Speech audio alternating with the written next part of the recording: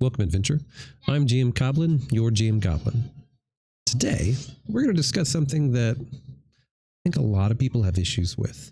You'll see it from time to time on the Reddits and your whatever forums you're involved with. But if you've been a GM for any length of time, I'm sure you've been part of, or at least experienced, one argument over stealth and how it works in Pathfinder.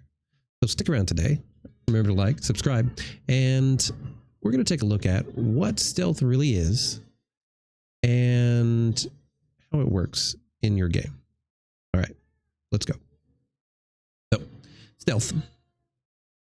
According to the rules, you're going to be having, everyone knows, a stealth check against your perception check. You know, whether or not someone can actually hear you or they see you. And as you see, that creatures that fail to beat your stealth check with their perception are not aware of you and are treated as having concealment. So they don't know exactly where you are. You can move up to half your normal speed and use stealth at no penalty. When moving at a speed greater than half, but less than your normal speed, you take a -5 penalty. It's possible to use stealth while attacking, running, or charging. Now, here comes the part where I'm sure as GMs you've had arguments with your players. Because I used to have a player that insisted, or attempted to insist, that he could hide at any time, anywhere. Looking at the core rulebook, it's page 106 on this. If people are observing you using any of their senses, typically sight, you can't use stealth. Against most creatures, finding cover or concealment allows you to use stealth. So this is another thing when it says sight. Another reason why, though so many of my players for some reason pick characters without dark vision. I love dark vision. That means that it is harder within 60 feet, most of your distance or short sniping range, to be able to hide from you. Reasoning for this is because normally people think, dark areas, let's hide. Well, darkness is only one part of it. To be able to hide, you have to have the ability to have cover or concealment. Cover is putting anything in between you and your targets. So say in this first example, cover from your ranged attack, you choose a corner of the square. If a line from this corner to any corner of the target square passes through a square or border that blocks a line of effect or provides cover. So you're looking at the ability to hide behind something to give you the ability to actually use your stealth check. Another big one is going to be concealment. And concealment is not just going to be spells and being able to hide behind something similar to cover, but it's also going to be the use of light. Light is what you're looking at for the most part, because we use dim light to be able to hide. You're going through a dungeon, you infiltrate an area at night. Dim light, a character can see somewhat. Creatures within this area have concealment. So that is outside of bright light. Bright light is the first 20 feet of a torch. The next 20 feet, 20 to 40, is going to be that dim light. That means that when you're walking around with your torch, then you're going to be able to have, after 20 feet, something can hide in that darkness. Dark vision, you're all the way good out to like 60 feet.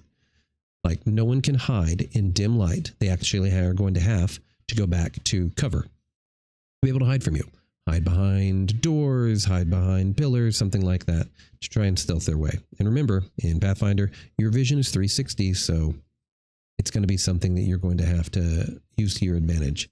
So if you're up against somebody with dark vision and there's nothing between 2 points, it's going to be much harder for you once you break that cover to be able to be invisible.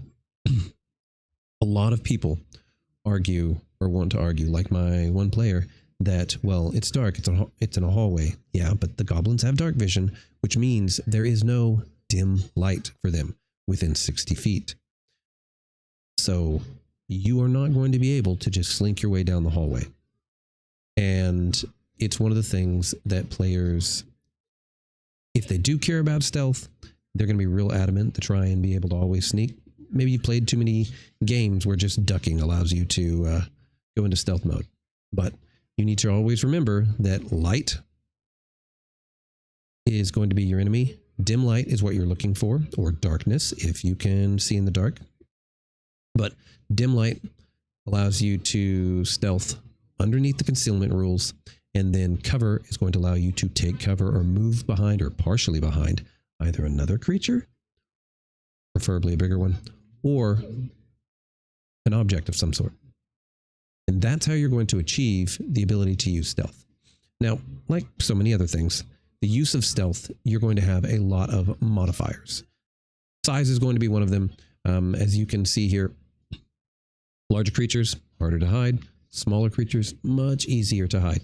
I'm going to start a new semi-GM character in a campaign coming up, I think, this weekend. And I think it's a goblin, so he has like 17 or 19 stealth at level 1. So it's just smaller characters if you want to be stealthy. Look for your halflings, your goblins, your gnomes, things like that. If you're doing it, if you're a GM, smaller characters can allow you to hide and get past that perception check that high whiz cleric or shaman or whatever happens to have. But you can also not stealth, like I stated, while someone's watching you. You need to either have a distraction, so you can use a bluff check to try and distract them. You can use spells. Anything that blocks line of sight for cover is going to allow you to be able to use it, or using magic spells, things like that. One of the easiest ways we can do that is magic, is the invisibility line of spells. So invisibility and its big, better brother, greater, are going to be what you mostly go into as a player or a GM to try and get that really good stealth in, because naturally it gives a plus 20 stealth check. Now it's 20 if you're moving, and then of course it's going to be totally different if you're fighting an opponent. Once again, as we look underneath these stealth options, most of your stealth bonuses, depending, are going to go away once you start attacking, including when you're using something like your great invisibility, which normally you get to keep it. But what that basically means is that you are losing any of your extra bonuses outside of technically what you're getting standard for your invisibility. Now, this is going to make it a lot easier, but you've still got, because you're invisible, you're looking at having that 50% concealment for attacking the square. An easy way to deal with that is going to be tried and trues. You're looking at glitter dust, which is just a second level spell. Almost everyone gets it, and it covers a large area.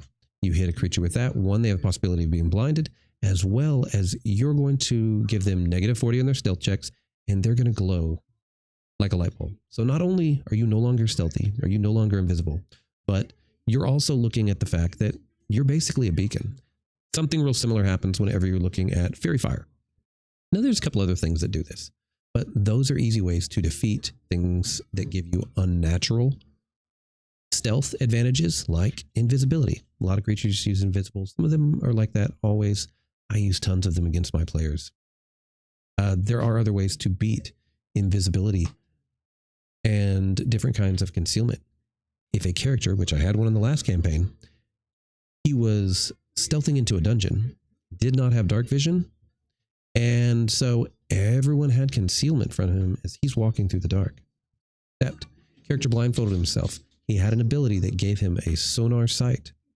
And since that sense is everything that is physically there, it is not messed with either by A, invisibility, or B, the fact that everything in that dungeon was either dark or dim. So he had no problem going through it as long as the creature's within a certain distance of him. Remember also as a GM that when your players want to listen across the room, those spells and everything, that there are modifiers, of course, that need to be put into play. So not just whether or not they're using invisibility or not, but also the distance that they have. And if they're in the middle of battle, they take -10 to it and everything. So remember to use these modifiers to decrease, because you always have at least one player in the party that maxes as much as possible their perception. And so You need to use these to cut down a little thing. Otherwise, they're just going to be able to see everything into the future. And the same thing goes when it comes to distances.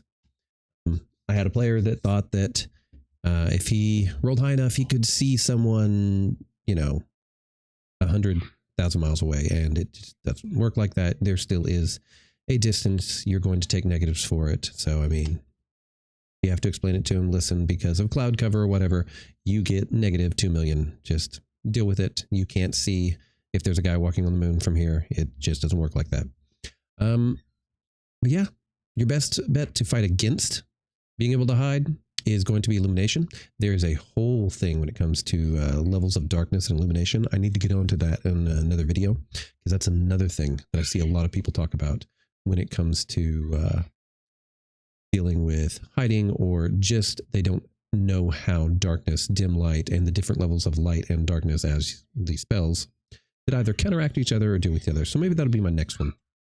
Either way, remember, slink around, have a good time, and enjoy your stealth.